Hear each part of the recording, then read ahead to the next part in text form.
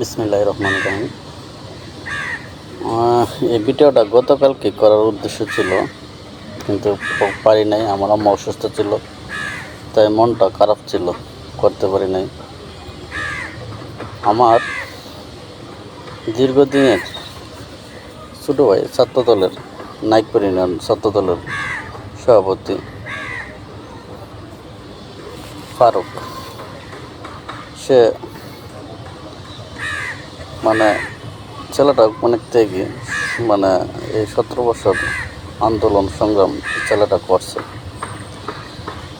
ও কোনো একটা কারণে গতকালকে তার সাথে আমার আগের কালকে তার সাথে আমার যোগাযোগ হয়।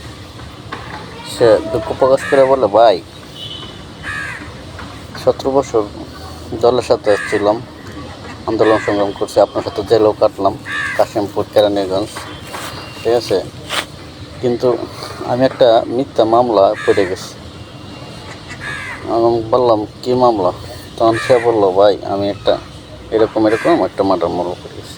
তখন আমি বললাম, তো কী করতেছে? সে বলে, ভাই তো কষ্টেই আছে, আমার বাড়িতে ভাঙচুর করলো, আমার ঘরটর ভাঙে নিয়ে গেল, আমার গেট আছে এগুলো ভাঙে নিয়ে গেছে, আমার ধান গেট আছে এগুলো কাইটটা সব নিয়ে গেছে। তো আমি বললাম যে তুমি ছাত্রদল করলাম এত বছর, এই বিএনপির যুবদল, স্বেচ্ছাসেবক যুবদল, ছাত্রদল, এরা তারা তো তোমাকে সহযোগিতা করে না কেন? বিষয়টা হচ্ছে, এই ভিডিওটা বানানোর উদ্দেশ্যটা এই কারণে, সে কী অপরাধ না অপরাধ সেটা তো আমি জানি না, এটা তো আইনের প্রক্রিয়া। এই আইন নিয়ে আমি কোনো কথা বলতে চাই না, কিন্তু একটা কথা হচ্ছে যে আমাদের যারা দীর্ঘদিন যারা দলের পিছনে শ্রমগ্রাম দিছে, এইসব ছেলেরা যদি শুনি কষ্টে আছে, কি বিপদে আছে, তাহলে কথা না বললে পারি না।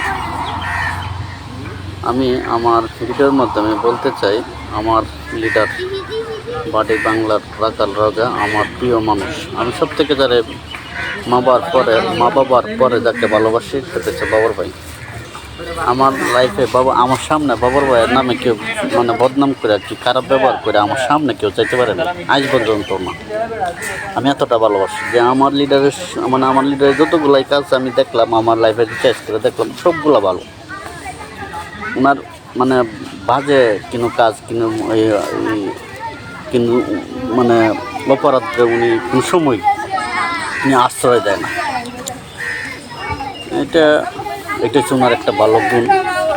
আর এই গুণের কারণে ওনার জনপ্রিয়তা জনতার ভালোবাসাটা আরও বেশি করে উনি পায়। আমাদের বাটি অঞ্চলের মানুষ একটু সরল টাইপের, কারণ ক্যাট ক্যামারে কাজ করে, অনেকটা ভালো। কিন্তু বিষয়টা এই জায়গায় না, বিষয়টা হচ্ছে যে এই যে ছেলেটা কষ্টে দিন কাটাইতেছে, আমার কথা হচ্ছে এই ছেলেটা যদি অপরাধ হয় এটা তো আইনের শাস্তি দেবে, কিন্তু অপরাধ না হয় যদি একটা ছেলে এভাবে কষ্ট দিন যাপন করে, সেটা তো আমি একদম সাধারণ বিএনপির কর্মী হিসেবে আমি আমার একটা বিএনপির ভাই কষ্টে থাকবে, আমার থানার একটা ছেলে কষ্টে থাকবে। আমি কালকে কালকে তার জন্মদিন গেছে ছেলেটা ফারুকের বিষয়টা আমি বলবো আজকে, যা ভিডিওটা এটা ফারুকের যে আমার সাথে যে কথাগুলো শেয়ার করছে, যে কথাগুলো এটা তো বলা যাবে না, কিন্তু তারপরও যেটা আমার যেটা সামাজিক অবস্থানে থেকে যেটা ভালো লাগে, আমি মদন উপজেলা বিএনপি এবং ছাত্রদল এবং যুবদল এদের সাথেই ফারুকের সম্পর্কটা ভালো ছিল। আমি নাম বলবো না, উল্লেখ করব না।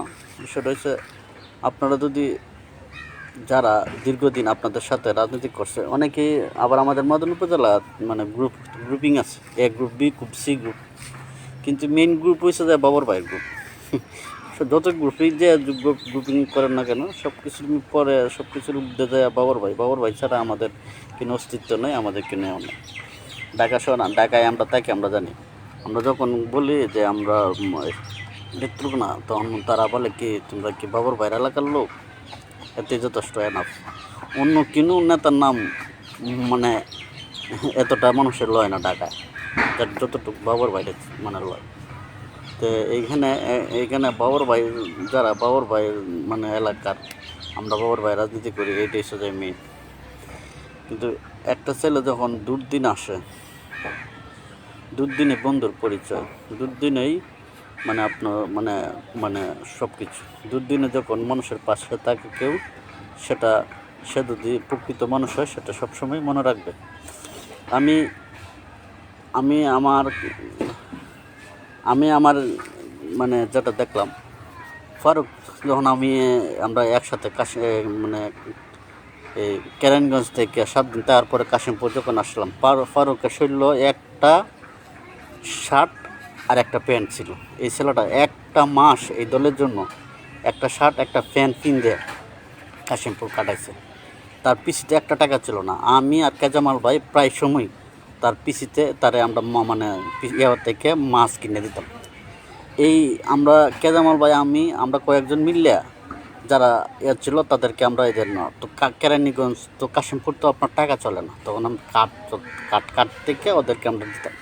এইসব সেরেনে যখন কষ্টে থাকে তখন মনে হয় যে আসলে যে দলটা কি, আমি তার বিষয়ে পক্ষপাতিত্ব করতেছি না। আমার কত হয়েছে যারা আমার এটা দেখতেছে, এই ছেলেটা যদি অপরাধ করে থাকে তারা মানে তা সে সাজা পাবে। কিন্তু যে নির্দোষ মানুষ যদি সে এই যে যখন দলের সুদি নাই, সে যদি সে এই আগের 18 সালে 14 সালে যে গুণ লুকায় টুকায় থাকতো মামলার ভয়ে, এরকম যদি হয়ে যায় তো এর থেকে কষ্টের দিন আর মনে হবে না।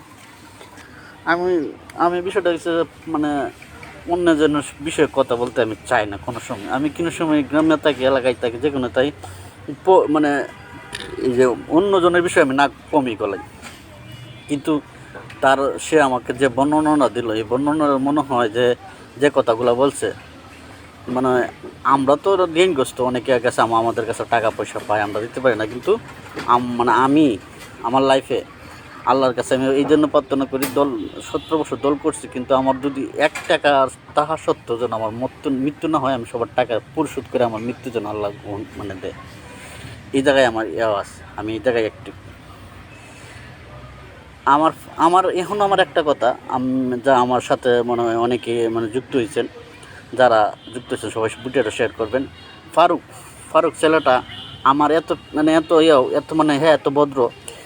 কাশিমপুর কেরানীগঞ্জ যখন আমরা রয়েছি, এই ছেলেটা অনেক মানে এই ছেলেটা মানে এত মানে মানে কথাবার্তা এত আমার কাছে এত ভালো লাগছে।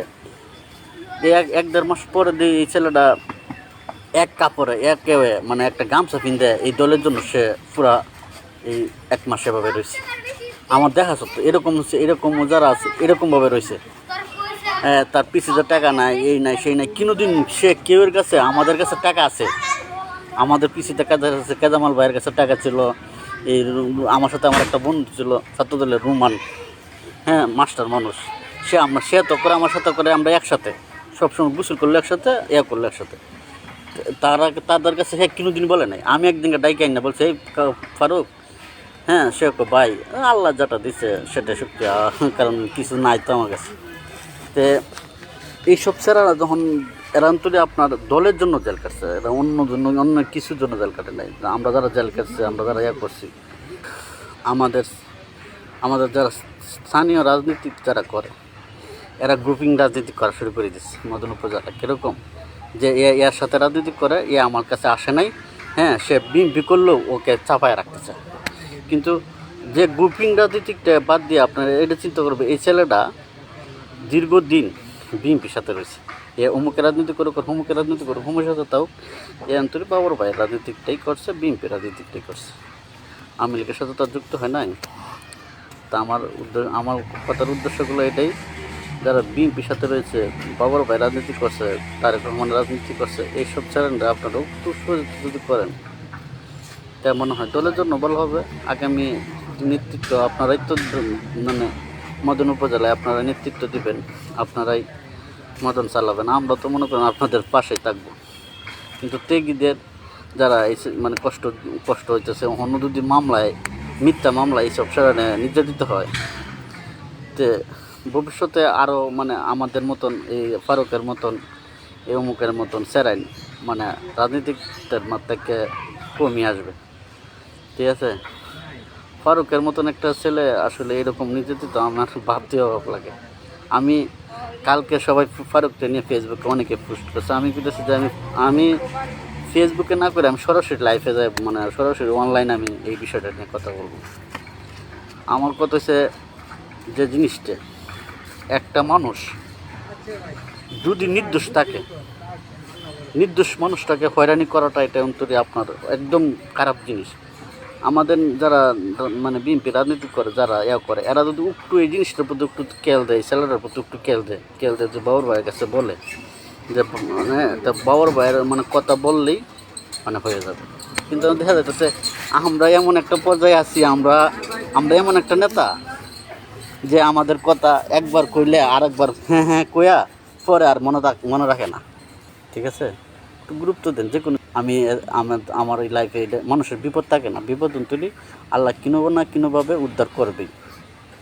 কিন্তু যারা আপনার বিপদের সময় পাশে রয়েছে তাদের কথাই স্মরণ করবে, তার কথাই মনে করবে। আর যারা পাশে তাহে নাই, হ্যাঁ, তারা যখন যদি ডাক দিব তখন কী করবো জানি, মনে মনে করবো পোলার পিছনে অত বছরটা বড় রাজনীতি করলাম আমার বিপদের সময় দেখে নাই, তখন এইভাবে ফুলা করে গালাগালি করে বলবে। লাইভ এটা তো অনলাইনে বলা যায় না। তাই আমার একটাই কথা, নির্দোষ মানুষ কখনো মানে অত্যাচিত না, মানে এও না হোক, নির্যাতিত না হোক। আর আমার লাইফ আমার ওটা দুই দেখে, বাবর ভাই দুই দেখে, আমার স্যার কাছে আমার একটাই দাবি, আপনি এইসব স্যারেন যারা আপনার 17 বছর আপনার জন্য ত্যাগ, জুলুম, নির্যাতন স্বীকার করছে, স্যার আপনি ওদেরকে একটু দেখেন, একটু গেলে ওদের খালি আপনি একটা নজর দেন। আপনার অনুরোধ করে কই, বাবর ভাই আমার লিডার, প্রিয় লিডার, একটু অনুরোধ করে কই, এইসব স্যারেনটা আপনি একবার একটু নজর দেন। এই বড় হাত না মিলে, বড়দের সাথে না মানে না করে ছোটো ছোটো কর্মীগুলা যারা আপনার জন্য মাঠে ঘাটে মানে ডাকটা দিলেই মানে সিরে আইছে, এদেরকে আপনি একটু নজর দেন, একটু নজর দেন। আপনার পায়ে ধরে বলি একটু নজর দেন এই ছেলেদের প্রতি। মদন উপজেলা এই 8টা ইউনিয়নের মধ্যে হাজারো কর্মী আছে আপনার, যারা মানে নিজের ফ্যামিলি বাদ দেওয়া যে বাবর ভাইয়ের মিছিল, বাবর ভাইয়ের মুক্তির মিছিল, বাবর ভাইয়ের এই মিছিল, যারা রাজপথে ছিল, এইসব চ্যালেঞ্জটা মানে যারা পদ পদবি আছে এরা তো দায়িত্ব এটা করবেই। আমরা তো মনে করেন এরপরে কমিটিতে আসছি 2008 থেকে পরে, তো আমরা রাজনীতি মানে এই সময় তো আমরা আগে তো বুঝতাম না, খেলাধুলা করছি, ফুটবল খেলছি, পরে যখন বুঝলাম 2008 থেকে 26 লাগাত আমরা তো বিএনপি রাজনীতির সাথে যুক্ত।